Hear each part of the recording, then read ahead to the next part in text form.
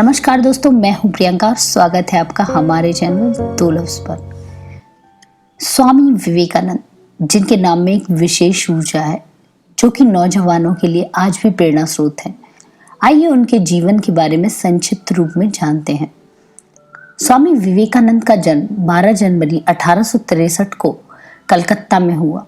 उनके पिता का नाम विश्वनाथ दत्त था और माता का नाम भुवनेश्वरी देवी था। बचपन में सभी उन्हें नरेंद्र के नाम से पुकारते थे।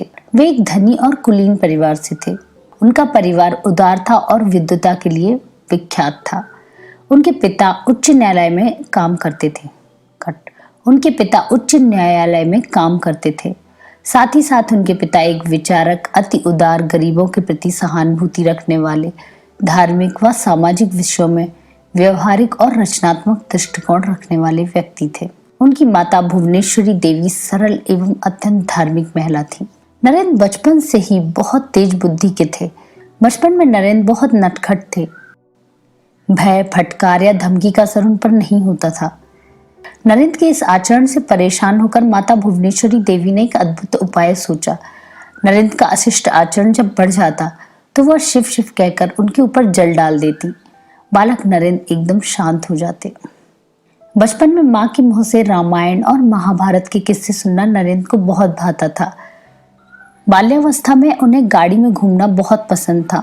जब कोई पूछता कि बड़े होकर क्या बनोगे, तो मासूमियत से कहते कोचवान बनूंगा। उनके पिता पाश्चात्य सभ्यता में विश्वास रखते थे।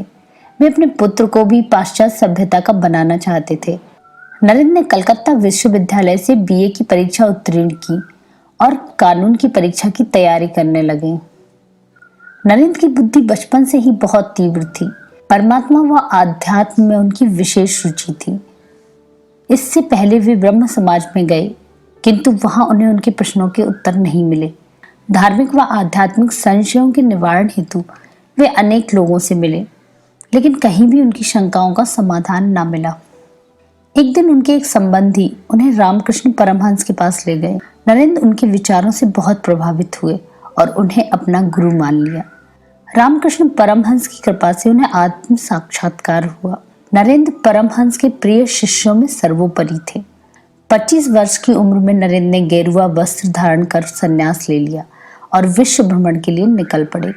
1893 में वह शिकागो विश्व धर्म परिषद में भारत के प्रतिनिधि बनकर गए, किंतु उस समय यूरोप में भारतीयों को हीन दृष्टि से देखा जाता था।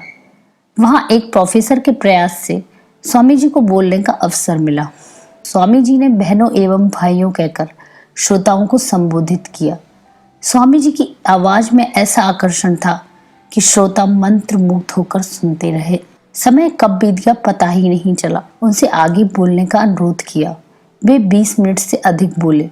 उनके भाषण से आकर्षित होकर हजारों लोग उनके शिष्य बन गए। आलम यह था कि जब कभी सभा में शोर होता तो उन्हें स्वामी जी के भाषण सुनने का प्रलोभन दिया। सारी जनता शांत हो जाती। स्वामी जी ने 7 समंदर पार भारतीय संस्कृति को एक पहचान दिलाई। स्वामी जी एक देशभक्त, वक्ता, विचारक, लेखक एवं मानव प्रेमी थे। जब 1899 कोलकाता में प्लेग फैला, स्वामी जी अस्वस्थ थे, मगर फिर भी स्वामी जी ने तन मन धन से महामारी से ग्रसित लोगों की सहायता की। स्वामी जी ने 1 मई 1897 को रामकृष्ण मिशन की स्थापना की। 4 जुलाई 1902 को उनका निधन हो गया।